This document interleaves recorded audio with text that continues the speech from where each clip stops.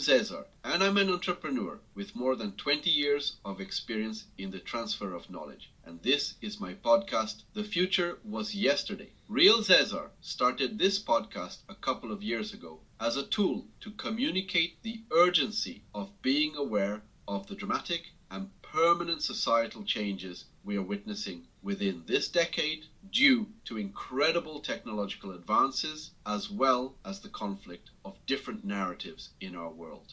This season, Cindy is joining us. Cindy is an AI cyborg sent from the year 2500 to understand why the future came to be. Welcome, Cindy. Thanks. It's very interesting being here and see how everything happened with my own eyes and have experiences like this. So, imagine this. You're sitting at a table staring into a seemingly innocent bowl of soup, right? Next thing you know, that soup not only turns your understanding of reality on its head, but apparently disrupts the flow of time itself. Being there, nothing like a hot Mexican birria after a great party night to turn the reality on its head. Wait a second. No! That's not what I mean. Okay, then you're gonna have to explain that one. It sounds absurd, sure, but hear me out. This particular story comes from a fascinating experiment in sensory perception, how what you taste, see, or even smell can manipulate your experience of time. It's all rooted in how the brain processes stimuli, and soup, well, was a trigger of sorts. I have heard about the metaphysical transmutation of the tortillas, but you're losing me, Cindy. How does soup go from lunch to a quantum phenomenon? That's the beauty of it. Everything digital now is about replicating sensory inputs, right? Virtual reality, augmented overlays, they're all about tricking the brain. The soup, in some cases, broke the implicit rules of consistency our brains assume about time. It felt faster, slower, twisted reality altogether. Okay, that sounds wild, but you've got to admit, it's a far leap from a glitchy soup to collapsing the space-time continuum. It's not as far-fetched as it sounds, though. Time as a perception has always been malleable. This only underscores how human experience itself is kind of fragile, subjective even. If software can simulate that, imagine the implications for the metaverse. A taste, a scent, every sense could completely change how we measure reality. Alright, is an interesting and unexpected observation. Exactly. In a world of digital immersion, boundaries blur. Reality gets rewritten, just like that soup experiment played with time. You are right. Reality can be rewritten. After all, it has been several times, as reality is just a human construct the majority agree upon as a way to understand the world. But since the introduction of the 24 hours news cycles, reality feels destabilizing. Like too many mashed up realities at once. It does push boundaries, yeah.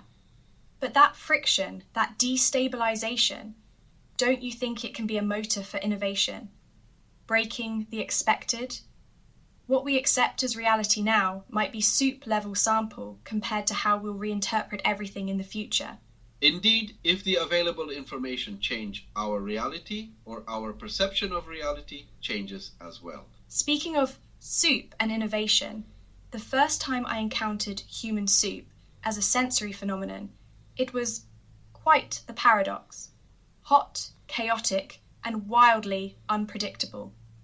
It threw my analytical programming for a loop, much like how those experiments upended perceptions of time and reality. Weirdly fascinating, isn't it? Wait, hold up. Your first bowl of soup, like ever? That's oddly adorable for a cyborg. Ha. Well, it wasn't just the soup. It was the whole idea of it. Simple, organic, chaotic. It's the unpredictability that hits different. And it made me think, if basic soup feels so textured and multidimensional, what does that say about how we interpret digital and virtual realities? Okay, but what is real anyway? I mean, does it matter if the soup burns your tongue or if it's pixels and haptic feedback delivering the scorch? For most folks, real is probably just what they recognize from life experience. Absolutely. And that's what's fascinating. What counts as real could change completely. Imagine if future workspaces or schools existed purely in digital constructs. Your office cubicle? Gone. A haptic interface and an avatar is all you'd need to collaborate, you know? Yeah, but not everyone will adapt so fast. People need actual experiences to make sense of all this, right? I mean, look at me. Going from naval operations to an educator wasn't just about learning the tech. It was about unlearning old structures, too. Ooh, now that's interesting. Unlearning. That's got to be a challenge.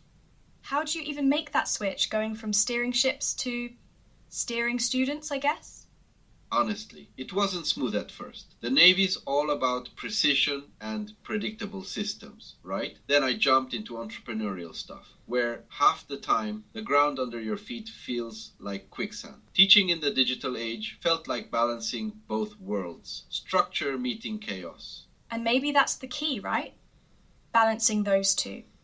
If quantum computers ever crack full digital immortality, people might have to redefine concepts like existence, identity, even memory. How do you adapt when the rules keep changing? You adapt by anchoring yourself to something solid. For me, it was figuring out the value of what I already knew and then seeing how tech could enhance, not erase that foundation. And maybe that's the same challenge humanity as a whole is facing, isn't it? Merging the tactile, the real, with the evolving digital into something cohesive. Like living two realities at once. Which, to be honest, makes me wonder. What if this reality is already digital? Not in the sense of living in a simulation like in The Matrix, but as Sean Puri or Anders Larsson said, a period of time in which our real world and our digital world are getting more and more integrated. I won't spoil any surprises, but I think those guys are onto something. You know, Cindy, I'm just starting to understand the importance of time, and I really want to save our listeners some time and have an edge when things start to move faster. Paraphrasing Batman, help one, get in, get out, help one. That's all I pretend to do, just help one person at a time. One thing about the future is that responsibility is going to play a big part in your lives, more than ever. That's why I believe it's very important to be ready for that. That's true. What better way to access important information than through a link to a very useful course in the description. These are affiliate links, which means the show earns a small commission when you make a purchase. This helps us cover Cindy's electricity bills. Ah, the million-dollar question, isn't it? I mean, you can buy a new t-shirt or some other stuff that obviously don't need or invest in your future betterment, and also helping me not getting faxed back to my timeline. When you really think about it, everything, from glitches in digital systems to déjà vu, hints at layers of reality we may not fully grasp. But does that mean we don't appreciate your support? Not necessarily. Sure, makes you wonder, you know? Exactly. I mean, as a cyborg, I process billions of data points in milliseconds. Yet, even I sometimes wonder what's still out there, unmeasured. We may not need a glitch for mystery to exist. The imperfections, the randomness, that's actually what makes it meaningful. A controlled chaos within the system. If reality is perception, maybe changing our perception by learning something new can change our reality in real life. Oh, poetry from Caesars. I didn't see that coming. But honestly, that resonates. This need to question reality, to innovate, to evolve, it defines us as humans, or cyborgs. Yeah, and questioning is where all the fun begins. Whether with AI, digital immortality, or just why your soup's still cold. Despite microwaving it 3 times, it all comes back to curiosity. And soup had to make another cameo. Fitting, though. Reality's layers, simulations, humanity's fragility. It all boils down, even literally with soup, to one key insight. We're explorers of meaning in a universe that may just be playing its own metagame. And on that note, we leave our listeners with this. Whether we're being watched by aliens living in an intergalactic zoo or breaking the matrix without even knowing it, keep asking, keep exploring. Yes, keep seeking answers, but also enjoy the mystery. And that's all from us for today. Until next time in the metaverse, or whichever reality we meet next.